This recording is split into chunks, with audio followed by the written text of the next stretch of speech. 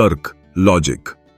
किसी विचार प्रणाली में ज्ञान मीमांसीय एवं भाषाई पक्ष के अतिरिक्त उसका एक और महत्वपूर्ण पक्ष तर्क अथवा युक्ति, लॉजिक और आर्ग्यूमेंट से संबंधित है। साधारणतया मनुष्य की यह विशेषता समझी जाती है कि वह सोच विचार करता है, चिंतन मनन करता है, बुद्धि विवेक से काम लेता है।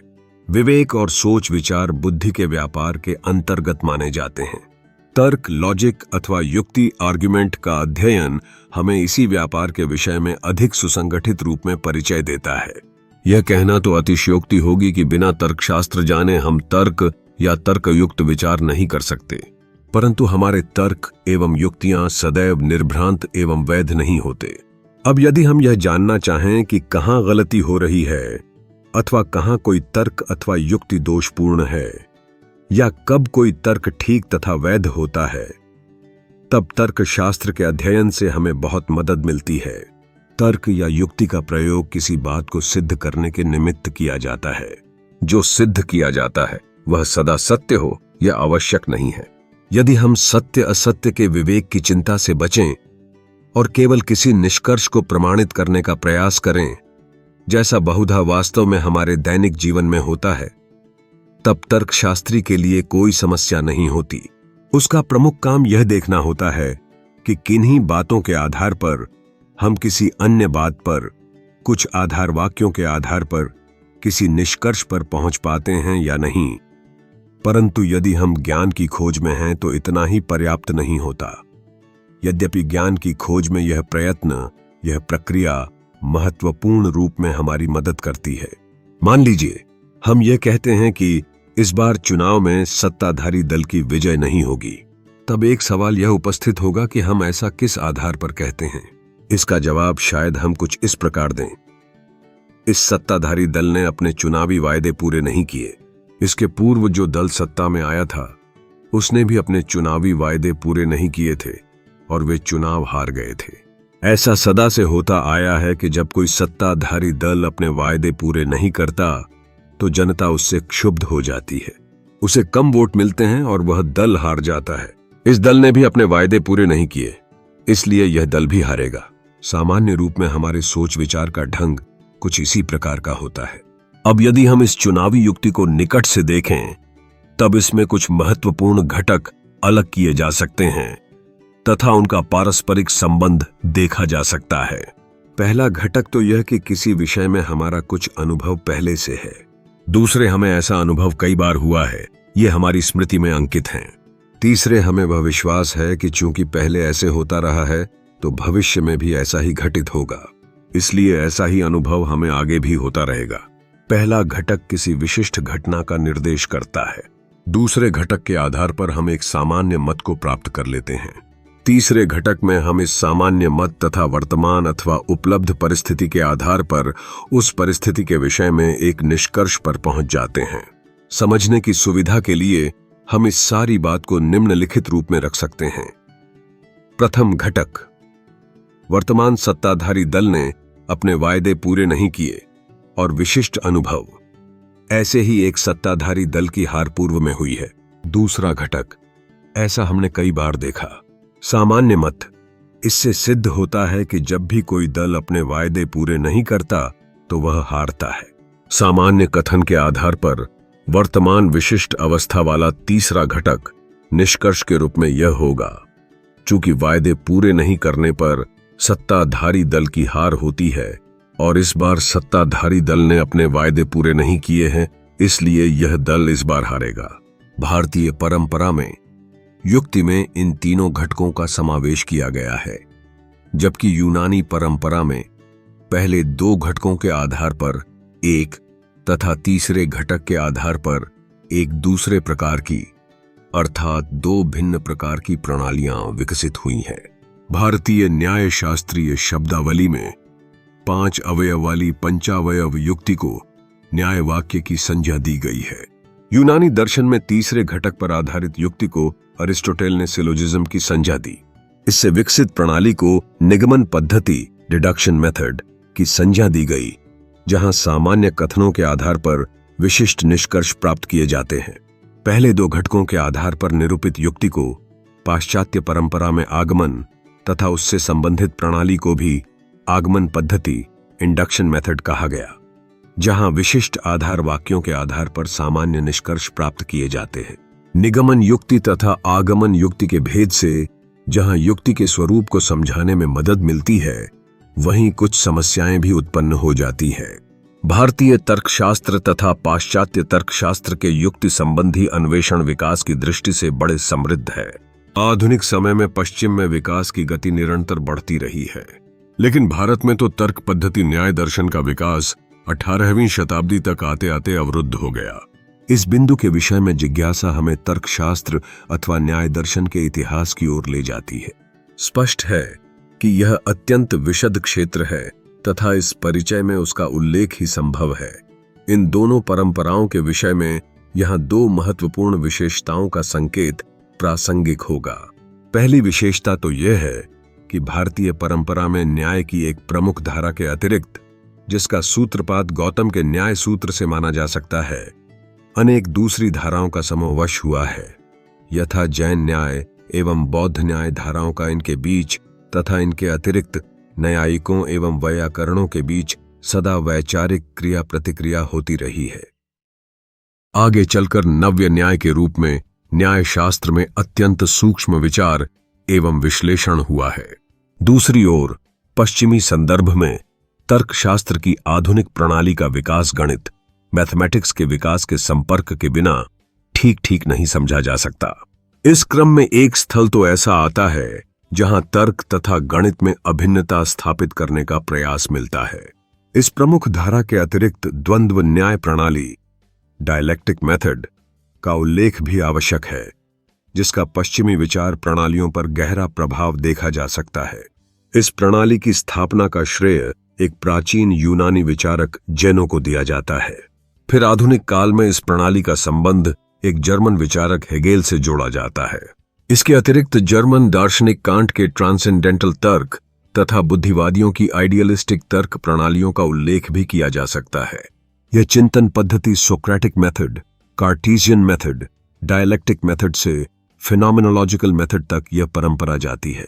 दूसरी बात यह है कि पश्चिम में तर्कशास्त्र के विकास की दिशा आकारीकरण, फॉर्मलाइजेशन तथा यंत्रीकरण, मैकेनाइजेशन से प्रभावित रही है और इसीलिए शायद उसका गणित के विकास के साथ घनिष्ठ संबंध रहा है। इस बात को समझने के लिए एक उदाहरण लें। इन वाक्यों पर ध्यान दें। गुलाब सुगंधित होते हैं, घास हरी होती हैं, जल तरल होता है। तो इन वाक्यों में से प्रत्येक में किसी के विषय में कुछ कहा गया है। इस प्रकार प्रत्येक वाक्य के दो खंड हुए। प्रथम खंड उद्देश्य, सब्जेक्ट, जिसके बारे में कथन कहा गया, तथा द्वितीय खंड विधेय, प्रेडिकेट, जो सब्जेक्ट के बारे में कहा गया। अब यदि हमें विधेय का संकेत देने के लिए P तथा उद्देश्य का संकेत देने के लिए S ले लें तथा उपर्युक्त वाक्यों में से प्रत्येक की संरचना को दिखाने के लिए SP इस प्रकार लिखें, तो यह तत्काल स्पष्ट हो जाता है कि तीनों वाक्यों की संरचना को इसी प्रकार दर्शाया जा सकता है और इसलिए वह संरचना एक ही है। दूसरे शब्दों में यद्यपि तर्क वाक्य 3 है, उनका आकार एक ही है, यथा A। 1 यहां तीनों तर्कवाक्य सार्वभौमिक भावात्मक कथन प्रथम आकृति में है। यह बात और अधिक स्पष्ट हो जाएगी यदि SP के स्थान पर कोई अन्य प्रकार के चिन्ह ले लें, जैसे S इम्प्लीकेशन P। अरिस्टोटेल की तर्कशास्त्रीय परंपरा में वाक्यों को SP रूप में ही देखा गया। पाठक देखेंगे कि यह आकार वस्तुतः व्याकरण से लिया गया है। आधुनिक तर्कशास्त्रियों को वाक्य की यह रचना संकुचित लगी। उन्हें लगा कि इस संरचना को स्वीकार करने पर गणित के वाक्यों को तर्कशास्त्र की परिधि में नहीं लाया जा सकता। उदाहरणार्थ 5 more than 3 अथवा 42 + 2 जैसे वाक्यों की संरचना या आकार SP नहीं हो एकता।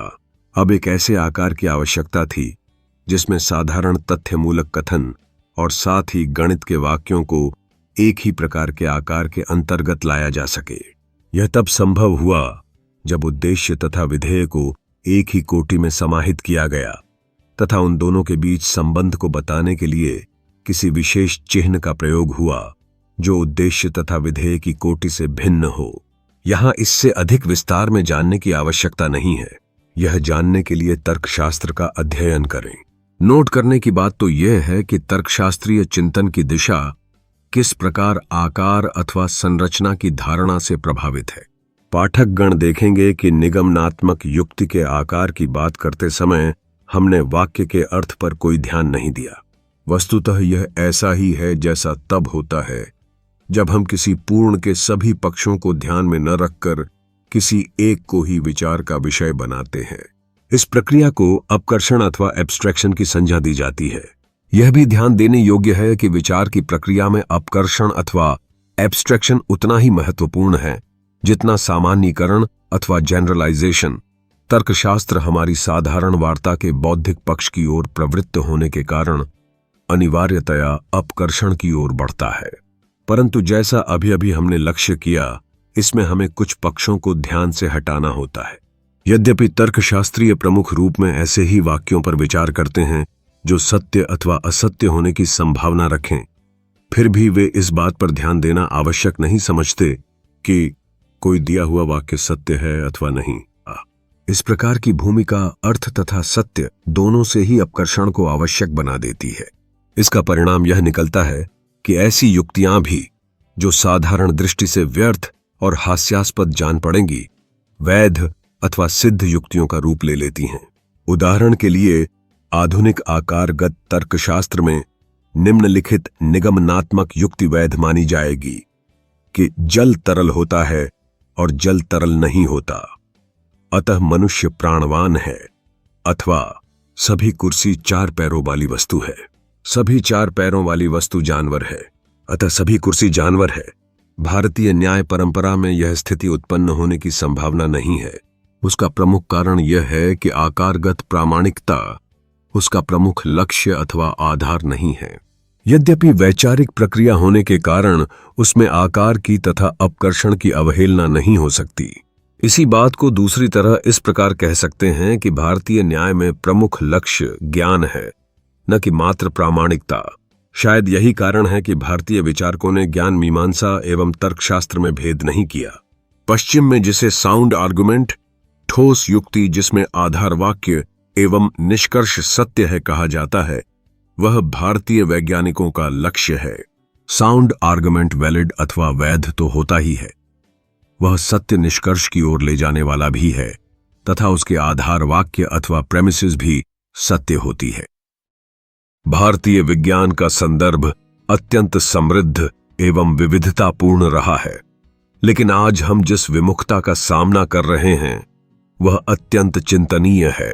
मनन, शोध एवं विश्लेषण के क्षेत्र में हमारी कमजोरियों को समझना आवश्यक है। अपनी असमर्थता एवं अज्ञानता के कारण हम भारतीय न्यायिक तार्किक प्रणाली से विमुख हो गए हैं तथा स्वतंत्र चिंतन, रिसर्च, एनालिसिस के अध्ययन में कमजोर PDDCH गए हैं। भारतीय संदर्भ को छोड़ते हुए हम यहां आधुनिक पश्चिमी संदर्भ में ही दर्शन एवं तर्क के संबंध के प्रश्न पर विचार करेंगे।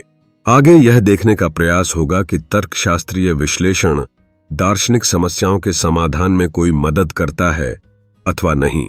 जिस प्रकार साधारण तथ्यमूलक वाक्यों तथा गणित के वाक्यों को आकार की दृष्टि से एक कोटि में लाने का प्रयत्न हुआ है, उसी प्रकार उसी तरह विचारकों ने आकार की दृष्टि से ही विभिन्न संदर्भों में कथनों के भिन्न प्रकार या कोटियां भी बनाई।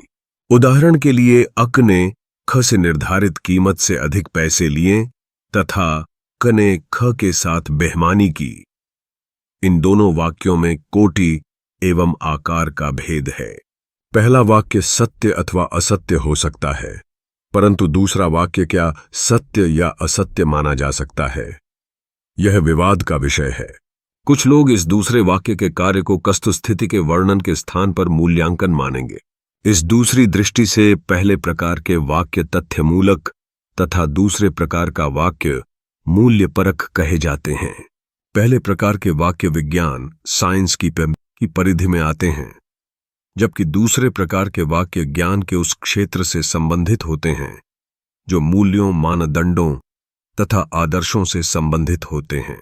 इस भेद का महत्वपूर्ण पक्ष यह है कि मूल्यपरक कथनों के संबंध में हम यह प्रश्न नहीं उठा सकते कि वे सत्य हैं अथवा असत्य।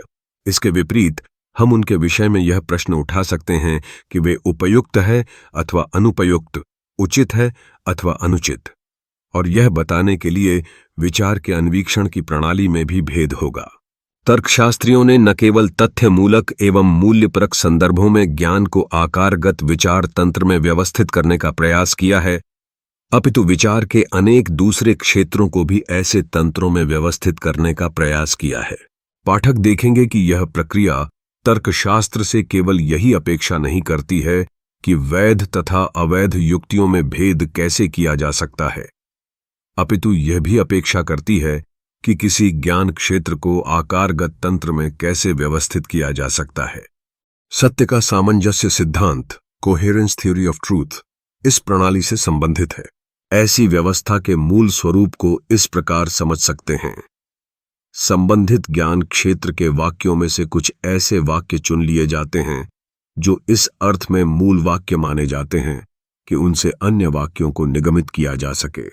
यह निगमन किन्हीं नियमों के आधार पर किया जाता है जिनकी प्रामाणिकता सिद्ध की जा सकती है। इन नियमों का चुनाव इस आधार पर किया जाता है कि इनके द्वारा अधिक से अधिक प्रमाणित निष्कर्ष प्राप्त किए जा सकें। तार्किक आकार की अवधारणा के आधार पर दार्शनिकों ने यह पता करने का प्रयास किया कि जो प्रश्न दार्शनिक उठाते रहे हैं तथा जिनका कोई निर्विवाद समाधान प्राप्त नहीं हो पा रहा है, वे प्रश्न सार्थक प्रश्न है भी या नहीं।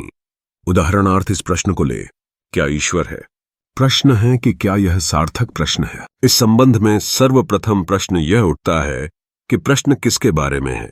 साधारणतया यह समझा जाता है कि प्रत्येक वाक्य में जो कुछ कहा जाता है वह किसी न किसी सब्जेक्ट के बारे में होता है। जिसके बारे में कुछ कहा जाता है वह उद्देश्य सब्जेक्ट पद के स्थान पर होता है। सामान्यतया यह पद किसी संज्ञा के रूप में होता है। किसी व्यक्ति, वस्तु, स्थान, गुण, भाव या विचार के नाम को संज्ञा कहते हैं और इस संज्ञा से किसी विषय वस्तु, स्थान, गुण, विचार अथवा सत्ता का बोध होता है। अब यदि ये अपेक्षाएं उचित हैं तो क्या ईश्वर हैं? वाक्य इस अर्थ में अनावश्यक हो जाएगा कि किसके बारे में यह प्रश्न है। उसकी सत्ता तो इसी बात पर आधारित है कि प्रश्न उसके बारे में है। जब संज्ञा पद सत्ता का सूचक है तो उसके अस्तित्व के विषय में प्रश्न उठाने का कोई औचित्य नहीं है। तार्किकों ने यह देखा कि जिस संज्ञा को उद्देश्य मान लिया गया है वह वस्तुतः उद्देश्य न होकर एक प्रच्छन्न विधेय है। अन्य शब्दों में ईश्वर के स्थान पर यह कहना होगा, वह जो ईश्वर है अथवा ऐश्वर्य से युक्त है। वह यहां सत्ता का भार, जैसा अमरीकी दार्शनिक क्वाइन ने बताया, वह जो ऐश्वर्य से युक्त है पर चला जाता है। यह वह तार्किक तंत्र में एक चर अथवा वेरिएबल का रूप ले लेता है। दूसरी महत्वपूर्ण बात तर्कशास्त्रियों की दृष्टि से यह है कि उपर्युक्त प्रश्न में हैं शब्द संज्ञानात्मक अर्थ नहीं देता। इस विषय को लेकर एक लंबी बहस है। समस्या यह है कि अस्तित्व एग्जिस्टेंस किसी विशेषता, संबंध या गुण का सूचक है अथवा नहीं। इस प्रश्न के हाँ न में दिए गए उत्तर विचार की दो प्रमुख धाराओं की ओर इंगित करते हैं। यदि यह माने कि अस्तित्व विशेषता अथवा गुण है, तब हम सत्ता को विचार में ही, आइडिया में ही समाविष्ट कर लेते हैं और तब सत्ता और विचार के बीच कोई विभाजन रेखा नहीं रहती। कुछ बुद्धिवादी अथवा प्रत्ययवादी विचार तंत्रों की पराकाष्ठा इसी विचार को अभिव्यक्त करती है। अब यदि पूछा जाए कि क्या ईश्वर हैं, यह प्रश्न किसके विषय में है, तो उत्तर होगा कि किसी के विषय में नहीं है। तथा क्या जानकारी चाही जा रही है, तो पता चलेगा कि कोई जानकारी नहीं चाही जा रही है, क्योंकि है से कोई जानकारी प्राप्त नहीं होती। और इस प्रकार कहा जा सकता है कि व्याकरण की दृष्टि से यह प्रश्न भले ही प्रश्न जैसा लगता हो, परंतु यह वास्तव में प्रश्नाभास ही है। सामान्यतया इस प्रकार का विश्लेषण साधारण वर्णनात्मक वाक्यों के लिए दिया जाता है। 20वीं सदी में वैज्ञानिकों द्वारा समर्थित तार्किक प्रत्यक्षवादी आंदोलन ने अनुभवजन्य ज्ञान से परे कथनों को छद्म कथन कहकर उपेक्षा कर दी। इस तार्किक प्रणाली की स्वीकृति तथा प्रयोग का एक फल यह आया कि अनेक प्रश्न जिनको पहले के दार्शनिकों ने सार्थक एवं महत्वपूर्ण प्रश्न माना था, वे प्रश्न अब वास्तविक प्रश्न ही नहीं रहे। दूसरा निष्कर्ष यह प्राप्त हुआ कि दार्शनिकों का कार्य जगत के विषय में जानकारी प्राप्त करना नहीं हो सकता। पुराने दार्शनिकों की यह दुराशा थी कि वे जगत की समग्रता के रूप में अथवा उसके तत्व के रूप में कोई जानकारी प्राप्त कर सकें। वस्तुतः दुनिया के बारे में किसी भी प्रकार की जानकारी प्राप्त करने का काम वैज्ञानिक ही बेहतर कर सकते हैं। तब यह प्रश्न उठा कि फिर दार्शनिकों का काम क्या रह गया।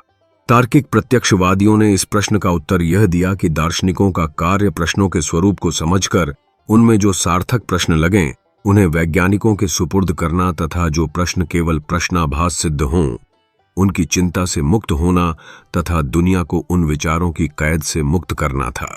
भूत प्रेत, आत्मा वात्मा, ईश्वर शैतान, स्वर्ग नरक इत्यादि से संबंधित सभी कथनों को सूडो स्टेटमेंट्स या छद्म कथन कहकर ज्ञान की श्रेणी से बाहर कर दिया। अब पाश्चात्य जगत ऐसी भाषा की खोज में जुट गए जो सारी दुनिया को एक कर पाए। तर्कशास्त्र और गणित के प्रयोग से बनी इंटरनेट व्यवस्था ने ऐसा संभव कर दिया। पहली दृष्टि में तो ऐसा जान पड़ता है। घना कोहरा अब छूट गया तथा सब कुछ साफ हो गया। सहस्त्रों वर्षों से दार्शनिक जिस प्रकार की उलझनों से ग्रस्त थे उनसे छुटकारा मिल गया।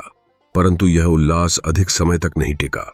जिस तार्किक विश्लेषण लॉजिकल एनालिसिस की हम यहां बात कर रहे हैं उसके मूल में एक प्रेरणा तो यह थी कि सार्थकता का आधार बेस ऑफ मीनिंग हमारे ऐन्द्रिक अनुभव सेंसरी एक्सपीरियंस में ही हो सकता है। दूसरी प्रेरणा लाघव का सिद्धांत था जिसके अनुसार अनावश्यक सत्ताओं की स्वीकृति से बचा जाए। लाघव का सिद्धांत का अर्थ है किसी भी कार्य को कम से कम प्रयास और कम संसाधनों से पूरा करना, जो मनुष्य की स्वाभाविक प्रवृत्ति है। मनुष्य का स्वभाव है कि वह किसी भी कार्य को कम से कम प्रयास से पूरा करना चाहता है। इसके परिणाम व्यक्त रूप में रसेल, विटगेनस्टाइन, प्रथम चरण, तया वियना केंद्र की तार्किक प्रणालियों में प्रकट हुए। रूडोल्फ कार ने अपने तो जगत की संरचना का वर्णन ऐन्द्रिक अनुभव पदों के आधार पर प्रस्तुत करने का प्रयास किया, परंतु एक और विज्ञान के क्षेत्रों में ऐसी सत्ताओं का उल्लेख हुआ जो परमाणुवीय थीं तथा जिनका प्रत्यक्ष सिद्धांततः असंभव था, तथा दूसरी ओर नैतिक क्षेत्र की वार्ता का मूलभूत महत्व मानवीय संदर्भ में ही है। अतः तार्किक विश्लेषण के परिणाम संकुचित तथा अपर्याप्त प्रतीत होने लगे। विज्ञान के दर्शन में कुछ ऐसी समस्याएं उभरी जिनके फलस्वरूप विज्ञान पद ही अन्वीक्षण का विषय बन गया।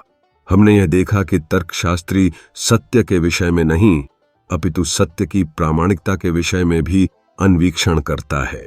इधर विज्ञान दर्शन के क्षेत्र में एक मत यह उभरा कि वैज्ञानिक कथन जिन्हें साधारणतया घटनाओं के संबंध में नेचुरल लॉ की संज्ञा दी जाने लगी थी, वे निरपवाद सत्य के कथन नहीं थे, अपितु सत्य के विषय में काम चलाऊ तथा अस्थायी सत्य जैसे कथन थे। इस बात को गंभीरता से लेने का एक परिणाम यह हुआ कि विज्ञान की यौक्तिकता अथवा रैशनैलिटी पर संदेह होने लगा। यदि वैज्ञानिक अन्वीक्षण के परिणाम स्वरूप हमें सत्य के स्थान पर काम चलाऊ सत्य जैसा कुछ प्राप्त हो, तब उसकी सार्थकता कहाँ रही? इस विवाद की गंभीरता को समझने के लिए वैज्ञानिक पद्धति पर एक टिप्पणी आवश्यक है। साधारण विचार तथा कार्य प्रणाली एवं वैज्ञानिक प्रणाली में प्रमुख अंतर यह है कि वैज्ञानिक जिस पद्धति का अनुसरण करता है उसका रूप, परंपरा तथा संस्थागत प्रभाव के फलस्वरूप बड़ा सुनिश्चित और विशिष्ट हो जाता है। उसमें व्यक्ति की मनोगत धारणाओं अथवा अटकल या काल्पनिक सोच के लिए कोई स्थान नहीं होता। परंतु यह पद्धति इतनी निर्दोष तथा सुनिश्चित नहीं रही। हम पहले ही आगमन पद्धति से परिचित हो चुके हैं। वैज्ञानिक पद्धति में आगमन की विशेष भूमिका है।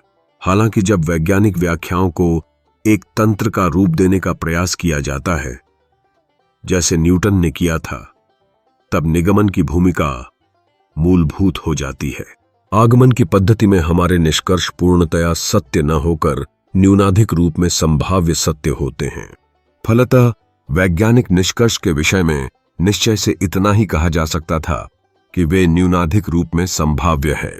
दूसरी ओर विज्ञान के इतिहास से एक ओर तो यह पता चलता है कि वैज्ञानिक ज्ञान की दिशा में व्यवधान आते रहे हैं। सभी उपलब्ध ज्ञान आगे आने वालों युगों में स्वीकार्य नहीं रहा है तथा कभी कभी मौलिक दृष्टि में परिवर्तन हुआ है, जैसा कि टोलेमी के भूकेंद्रिक सिद्धांत से, कोपरनिकस के सौर केंद्रिक सिद्धांत से अथवा आइंस्टाइन के बाद की वैज्ञानिक प्रगति से पता चलता है, तथा दूसरी ओर अनेक ऐसी खोजों का पता चलता है जिनके पीछे कोई सुनिश्चित पद्धति नहीं थी। इसके साथ जब इस बात पर और ध्यान देते हैं कि अनेक समस्याएं अभी भी इस प्रकार की है जिनका आज की वैज्ञानिक पद्धति की प्रगति के बावजूद भी समाधान नहीं मिल पा रहा है, तब वैज्ञानिक पद्धति पर और भी शंका होने लगती है। कदाचित यही वे कारण हैं जिनके आलोक में फेराबैंड ने अगेंस्ट मेथड, पद्धति के विरोध में, जैसी पुस्तक लिखी। 20वीं शती के उत्तरार्ध की इस वैचारिक उथल पुथल के परिणाम में तार्किकों में दार्शनिक समस्याओं के समाधान अथवा लोप में पहले जैसा आत्मविश्वास देखने में नहीं आता, परंतु उनके कार्य का फैलाव अनेक भिन्न दिशाओं में हुआ है। जैसे कार्ल पॉपर के मिथ्यापनीयता के सिद्धांत के अनुसार वैज्ञानिक सिद्धांतों को सिद्ध नहीं किया जाता है, बल्कि पुष्टि प्राप्त करने के बजाय उन्हें गलत साबित करने के प्रयासों के माध्यम से परखा और परिष्कृत किया जाता है। हमें सभी वैज्ञानिक कथनों को सत्य सिद्ध करने का प्रयास नहीं करना है, वरन यदि एक भी वैज्ञानिक सिद्धांत को गलत सिद्ध किया जा सके तो वह संपूर्ण वैज्ञानिक सिद्धांत का खंडन माना जाता है। पॉपर ने विज्ञान के पारंपरिक दृष्टिकोण को ही खारिज कर दिया, जिसमें केवल अवलोकन और आगमन पद्धति विशिष्ट उदाहरणों से सामान्य निष्कर्ष निकालना पर निर्भर किया गया था।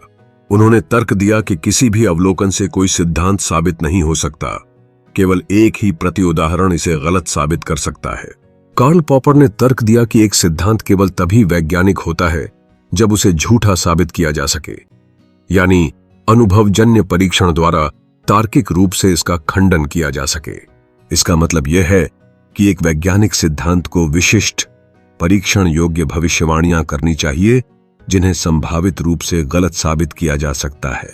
यदि कोई कथन ऐसा है जिसे सत्य सिद्ध किया जाना संभव नहीं है, तो वह कथन संशयग्रस्त, संदेहपूर्ण कथनों की श्रेणी में आ जाता है, जो सिद्धांत मिथ्याकरणीय नहीं है या जो तदर्थ स्पष्टीकरणों द्वारा खंडन से सुरक्षित हैं। वे कथन वैज्ञानिक कथन भी नहीं हैं। कार्ल पॉपर ने विज्ञान में आलोचनात्मक सोच, क्रिटिकल थिंकिंग और कठोर परीक्षण के महत्व पर जोर दिया। उनका मानना था कि वैज्ञानिकों को अपने और दूसरों के सिद्धांतों में खामियां खोजने की सक्रिय कोशिश करनी चाहिए, न कि उनका बचाव करना चाहिए। उनका मानना था कि वैज्ञानिक प्रगति और सामाजिक प्रगति दोनों ही विचारों के मुक्त आदान प्रदान और उन्हें आलोचनात्मक रूप से जांचने और चुनौती देने की क्षमता पर निर्भर हैं। यद्यपि तार्किक प्रणालियों की सीमाएं हैं, तथापि उनकी विचार विमर्श में महत्वपूर्ण भूमिका है। सच बात तो यह है कि तार्किक प्रणाली की सीमाएं तार्किक रूप में ही प्रदर्शित की जानी चाहिए। विडंबना यह है कि तर्क या युक्ति को छोड़ना तर्क बुद्धि का भी साथ छोड़ना है। दूसरी ओर मात्र बुद्धि को साथ लेकर बहुत दूर नहीं जाया जा सकता। आस्था और विश्वास के बल पर ही परिवार, समाज, धर्म अथवा राष्ट्र का निर्माण संभव है।